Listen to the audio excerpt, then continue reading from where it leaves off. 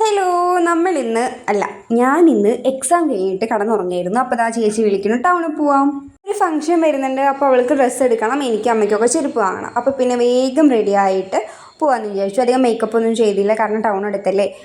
അപ്പോൾ ഓടിയും ചാടിയും ചേച്ചിയുടെ അടുത്തെത്തി. മാക്സിമം സാധനങ്ങൾ നമ്മൾ ഓൺലൈനിൽ നിന്ന് എടുക്കുന്നതുകൊണ്ട് തന്നെ പുറത്ത് പോയി ഷോപ്പ് ചെയ്യുക പറയുമ്പോൾ ഭയങ്കര ബോറിംഗ് ആണ്. ആദ്യത്തെ ഒരു കടയിൽ പോയി ഒന്നും നമുക്ക് ഇഷ്ടമായില്ല. പിന്നെ രണ്ടാമത്തെ തുണിക്കടയിൽ കയറി, അവിടെ നിന്നും ഇഷ്ടമാവാത്തതിൻ്റെ പരിഭവമാണ് ആ കാണുന്നത്. പിന്നെ നമ്മൾ നേരെ ചെരുപ്പെടുക്കാൻ കയറി. എനിക്കും അമ്മയ്ക്കും ഒക്കെ ഒരേ അളവായതുകൊണ്ട് പെട്ടെന്ന് കിട്ടും. പക്ഷേ ചേച്ചി അങ്ങനെയല്ല, അവൾക്ക് സൈസ് കിട്ടില്ല. പിന്നെ ഓരോ ചെരുപ്പിട്ടിട്ട് എങ്ങനെയുണ്ട് ചോദിക്കാന്നല്ലാതെ നമ്മൾ അതൊന്നും എടുക്കാറില്ല.